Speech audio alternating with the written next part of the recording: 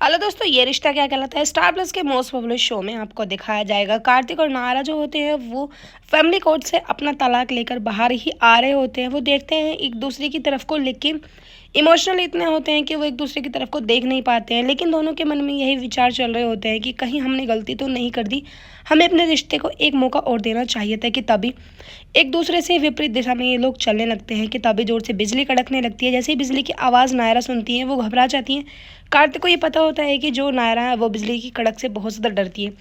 उधर फैमिली वाले ढूंढ रहे होते हैं, जो नानी होती है नायरा की, वो नायरा को ढूंढ रही होती है। कि तभी उनको फैमिली वाले जो वकील होते हैं वो मिल जाते हैं। वो उनके पास आती हैं, कहती हैं कि तुम तो नायरा और कार्तिक के एडवोकेट हो ना, बताओ ना क्या हुआ। वो कहते हैं कि होना क्या था, तलाक हो गया। इतना सुनकर परिवार वाले बहुत ज़्यादा परेशान हो जाते हैं। नानी का रो रो के बुरा हाल होता है, कहती है कि सबने गलती करी है कि मुझे पहले नहीं बताया, फिर मैं इतना बड़ा कदम नहीं उठाने देती, क्योंकि मुझे पता है कि नादान है बच्चे, बच्चों से गलती हो ही जाती, आपस में मनमुटाव तो किसके नहीं चलते, इतना बड़ा डिसीजन हमें नहीं लेना चाहिए था।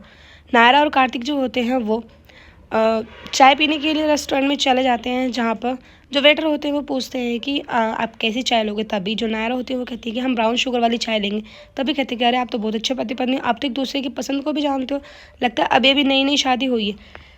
उस रेस्टोरेंट में बहुत सारे कपल होते हैं, जिनको देखकर कार्तिक जो होते हैं वो अपनी पुरानी बातों को, अपनी लव स्टोरी को याद करने लगते हैं। उधर आप देखेंगे कीर्ति जो होती हैं वो यही अफसोस कर रही होती है कि शायद हम 10 मिनट पहले निकल जाते तो इतना बड़ा कदम ये लोग नहीं उठाते। उधर परिवार में वेलकम की तैयारी हो रही थी। दादी जो होती है वो नज़र उतारने की तैयारी करती हैं। कि तभी कार्तिक की जो माँ होती है वो आके कहती हैं कि वो दोनों नहीं बल्कि एक ही वापस आएंगे। इतना सुनने के बाद परिवार वालों के होश उड़ जाते हैं कि शायद उन्हें कोई गलतफहमी हुई थी।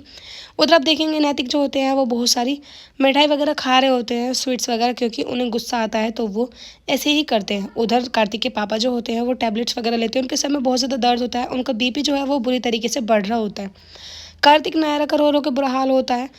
जैसे ही वहाँ पर एक खेल हो रहा होता है छोटा गुड्डे गुड़िया का, कि तभी ये लोग अपनी लव स्टोरी को याद करने लगते हैं कि इन्होंने हर कदम पर एक दूसरे का साथ दिया है और डीपली एक दूसरे को बहुत ज़्यादा प्यार भी किया है।